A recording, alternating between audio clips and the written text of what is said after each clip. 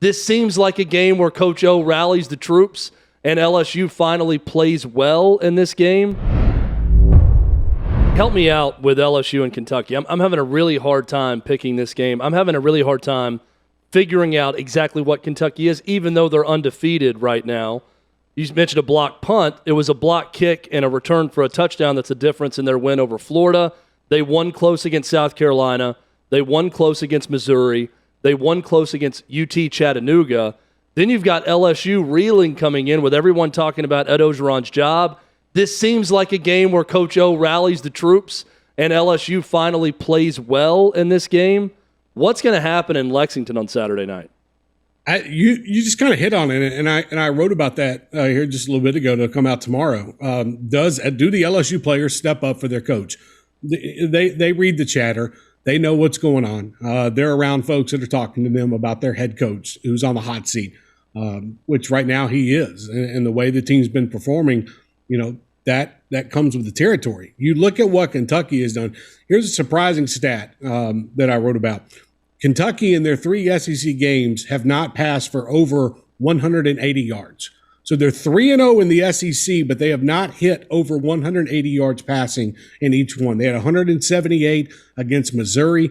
They had 107 against South Carolina. And then you look at this past weekend where it was around that 102 mark against Florida. It was actually even under that if you take away the sacks. So you look at what Kentucky is doing.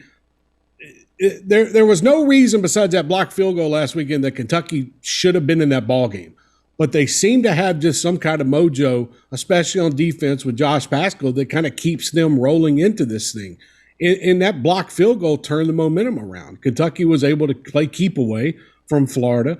They were able to put pressure on Emory Jones. This is a group defensively that I feel like, can get after the quarterback, that can stop a run game if need be. And it looked like last weekend they put Florida in so many situations that it didn't let Dan Mullen feel comfortable with what he had at quarterback. So I kind of look at that this weekend, Chad, and what they're going to do to LSU and Johnson at quarterback for the Tigers. If they can make him uncomfortable and get him into some bad situations, make him throw some interceptions or fumble the football, you're going to see Kentucky rolling. But the biggest thing to me is, can the Wildcats continue to perform like this and set up a huge matchup in Athens next weekend? Well, we know Stingley's out, and he's been out for the last couple of weeks for LSU, Trey. But they've been allowing passing yards, surprisingly, with that secondary at LSU this season. It started in week 1 against UCLA. Chad's right. You mentioned the passing yards as well, Trey, the average per game, and not seeing them over 180. This is supposed to be Will Levis that's play action after they get Chris Rodriguez going, and we see more passing yards. Do they do that this week against LSU secondary? And if they don't, maybe that's a sign we're just simply not going to see it. Yeah, but Jonathan, they better test them. They better test LSU because LSU is pretty low right now in the secondary. And when you think of LSU, you think of defensive backs, you think of linebackers, just that defense as a whole right now.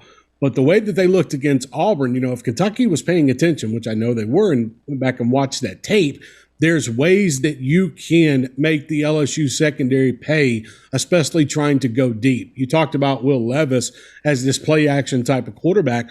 Well, a lot of that's going to have to do with, can Chris Rodriguez get going against this LSU front seven? And if they can do that, if they can, break off those 6-yard runs, make it 2nd down and 4. Don't get yourself caught up into trouble. That's where I think Kentucky can take advantage of what LSU has on the back end, because I don't trust them right now.